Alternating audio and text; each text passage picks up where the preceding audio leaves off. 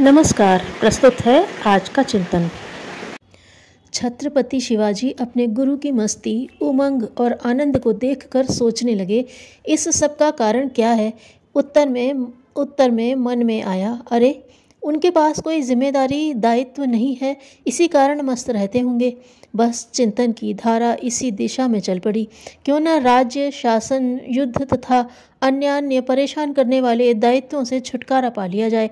मन इन्हीं विचारों में चक्कर काट रहा था कि एक दिन समर्थ गुरु रामदास आ पहुँचे। शिवाजी का उल्लास उन्हें देखकर अनेक गुना बढ़ गया। अवसर पाकर छत्रपति ने उनसे निवेदन किया, गुरुदेव, मैं राज्य के इन झंझटों से परेशान हो गया हूँ, इसलिए सोच रहा हूँ कि मैं भी अब संन्यास ग्रहण कर लूँ। संन्यास ले लो, गुरुदेव ने बहुत ही सहज भाव से कहा। इससे अच्छी और क्या बात हो सकती है। शिवाजी पुलकित हो उठे। वे तो सोच ही रहे थे कि पता नहीं कि इसके लिए गुरुदेव अनुमति देंगे या नहीं। शायद उन्हें बहुत मनाना पड़ेगा, लेकिन बात आसानी से बन गई। उन्होंने कहा, तो फिर आप अपनी दृष्टि में कोई ऐसा व्यक्ति बताइए जिसे राजकाज सौंपकर मैं आत्मकल्याण की साधना करूं और अपने सानिध्य में रह सकूं और आपके सानिध्य में रह सकूं।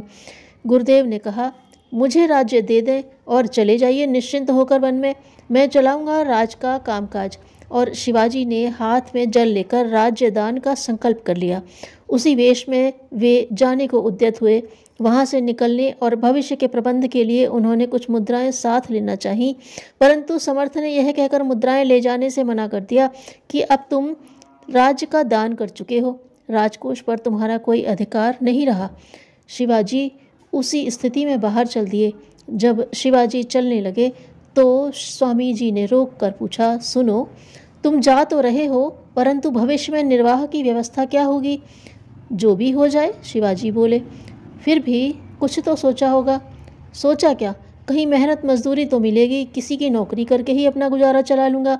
विरक्त स्वर में शिवाजी बोले, अच्छा तो नौकरी ही करनी है। मैं समझता हूँ कि तुम्हारे लिए मैं बढ़िया नौकरी की व्यवस्था कर सकता हूँ। बड़ी कृपा होगी, शिवाजी का उत्तर था। तुम यह राज्य तो मुझे दे चुके हो, अब मैं जिसे चाहूँ उसे इसकी देखरेख और व्यवस्था के लिए नियुक्त कर सकता हूँ। अब मुझे किसी योग्य व्यक्ति की तलाश भी करनी पड़ेगी।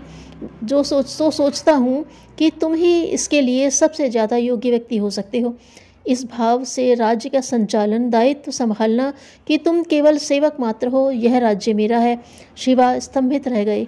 बस उसी क्षण से मराठों के झंडे का रंग भगवा हो गया। शिवाजी भी अब हर स्थिति में मस्त रहने लगे। एक बार युद्ध क्षेत्र में शिवाजी प्रसन्न भाव से दास बोध पढ़ रहे थे। उन्हें इस प्रकार प्रसन्न देखकर मोरोपंत ने पूछा, आप इस विकट स्थिति में इस प्रकार मस्त कैसे हैं। शिवाजी का जवाब था, सारी प्रसन्नता आसक्ति की आड़ में छिपी है।